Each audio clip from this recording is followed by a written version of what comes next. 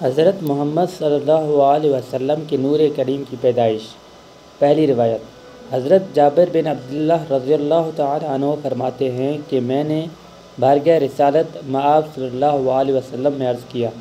میرے ماں باپ آپ صلی اللہ علیہ وسلم پر فدا ہوں، مجھ کو خبر دیجیے کہ سب اشیاء سے پہلے اللہ تعالیٰ نے کون سی چیز پیدا کی؟ آپ صلی اللہ علیہ وسلم نے فرمایا، اے جابر، اللہ تعالیٰ نے تمام اشیاء سے پہلے تیرے نبی کا نور اپنے نور سے نہ بھائی مانا کہ نور الہی اس کا مادہ تھا بلکہ اپنے نور کے فیض سے پیدا کیا۔ پھر وہ نور قدرت الہیہ سے جہاں اللہ تعالیٰ کو منظور ہوا سیر کرتا رہا، اور اس وقت نہ لوح تھی، نہ قلم تھا، نہ بہشت تھی، نہ دوزخ تھی، اور نہ فرشتہ تھا، اور نہ آسمان تھا، اور نہ زمین تھی، اور نہ سورج تھا، اور نہ چاند تھا، اور نہ جن تھا، اور نہ انسان تھا۔ پھر جب اللہ تعالیٰ نے مخلوق کو پیدا کرنا چاہا تو اس نور کے 4 حصے کیے، اور ایک حصے سے قلم پیدا کیا، اور دوسرے سے لوح، اور تیسرے سے عرش۔